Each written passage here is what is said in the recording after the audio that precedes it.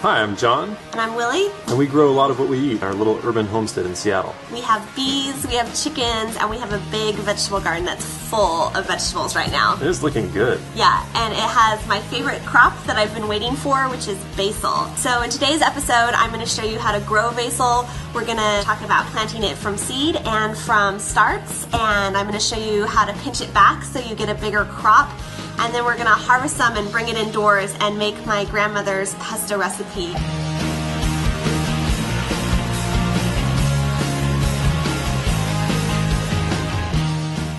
So my grandmother's first language is Italian, and when I was a kid, she always grew a ton of basil outside her back stoop, and we would harvest it at the end of summer and bring it in and make huge batches of pesto. So we're gonna make some pesto and we're gonna freeze it so that we can have some over the winter. So I'm gonna head out to the garden. I'm starving already. All right. Basil is a warm season herb, which means that it likes really warm soil and warm air temperatures. So it's a good idea to wait to plant it in spring until after your last frost and the days have really warmed up to above 60 degrees consistently and that the nights are staying above 55. If you plant it too early, they'll just kind of pout. When you buy basil seedlings, you'll notice that if you take a look, there's often 5, 6, 7 plants all planted there together. And so before you plant, it's really important to break these apart and spread them out. If you just plant this, they'll all grow in a clump and you won't get a very good harvest. So you want to gently tease apart the root ball, and then as well as you can, just tease the individual plants apart, trying to preserve as much of their individual root systems as possible.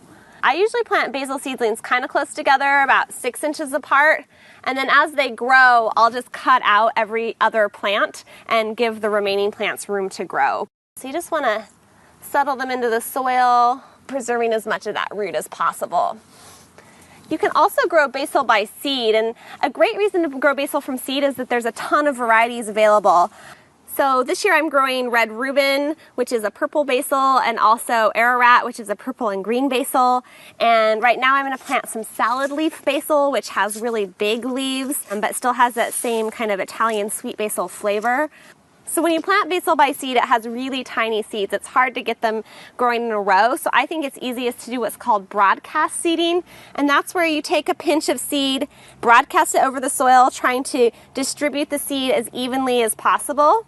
And what you'll get is a bunch of seedlings coming up, and you can just slowly thin them out until they each have about 8 inches of room or so on either side. Because basil seed is so small, you don't want to cover up with a bunch of soil. It won't germinate. So I use potting soil because it's really lightweight, and I just sift a really fine layer of potting soil over the top of the basil seeds. And that way they're slightly covered, but they're not buried. Then you want to water them in with some water. And the important thing to keep in mind when you're planting from seed, anything from seed, is that once you get the seed wet, it needs to stay consistently moist until it's germinated. If the seed dries out before it germinates, it'll die and you'll get really inconsistent germination. So if it's warm, you might need to go out and water 2 or 3 times a day. It's also really important to use a watering can because the hose has too strong of a stream of water and it'll wash your seed out.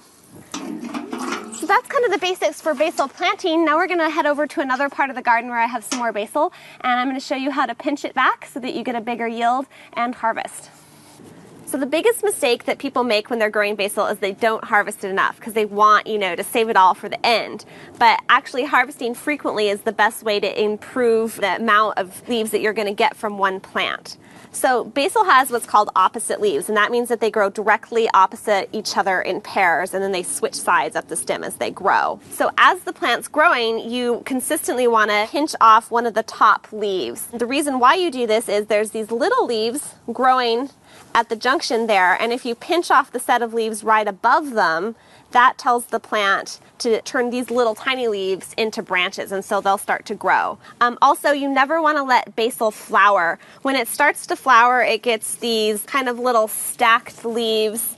When they do that, that's the sign that you want to pinch that top leaf off because that will, again, prevent it from flowering. When the plant flowers, the leaves develop a tougher texture and the flavor goes down. So now that I've gathered some leaves, I think I'm going to head inside and start making pesto. So start by adding 3 plump cloves of garlic to the food processor and a half a cup of pine nuts. You want to process them first so that they are finely chopped. Then you want to add 4 packed cups of basil, and packed means you really want to smush them into the cup. And then I have 3 more packed cups right here. So add the basil in, along with a half a cup of finely shredded Parmesan cheese that's been packed into the half cup. And then again, you want to process all of this together until it's really well combined.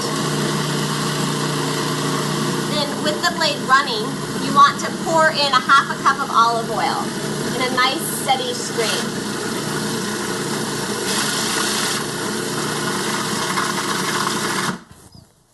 So pretty easy. Once you're done with the pesto, you'll want to store it in the refrigerator or freeze it. So I'm just going to scrape this into here.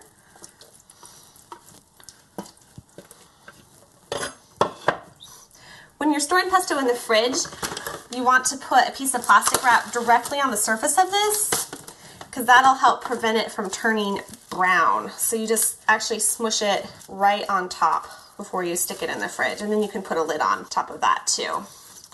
Also, pesto is really easy to freeze, and I have some that I already froze. You just take large spoonfuls and place them in a dollop onto a tray, and then stick them in the freezer. Once they're frozen solid, you can pick them up and then just wrap them individually in plastic wrap.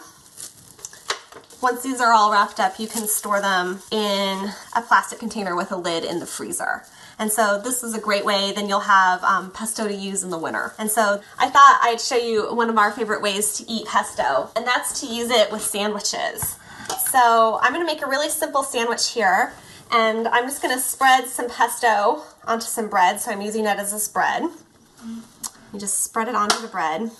And then I'm gonna put 2 slices of mozzarella cheese, and then some tomatoes that I roasted, and then marinated in garlic and herbs and some vinegar.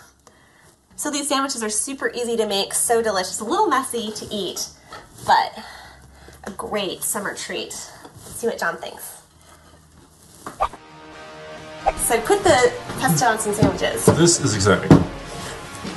So I love pesto because it just has such a good basil flavor, and it's a great way to preserve a summery flavor for the winter. It's just such a versatile thing to have on hand. So you can use it as a sandwich spread. Today I just spread it on the bread, but you can mix it with mayonnaise, you can stir it into soup, you can toss roasted potatoes and other vegetables with it. So it's just one of those things that's so nice to have on hand because it just pumps up the flavor of anything it goes with. Oh, I'm so glad we have a lot of pesto in the freezer for winter. That was a delicious sandwich. You definitely did your grandma proud. Thank you. Yeah, I mean, pesto was her favorite thing to make, and when you pinch it back, you really get so many leaves that you can make a ton of pesto even just from a few plants. It was so garlicky. I loved it. Well, I hope that you enjoyed learning how to make my grandmother's pesto recipe and that you freeze some so you can have it over the winter. If you have any ideas for using pesto or basil, let us know in the comments section. You can also join us on Facebook and share the video out with your friends. And we hope that you tune in again for our next episode of Grow, Cook, Eat.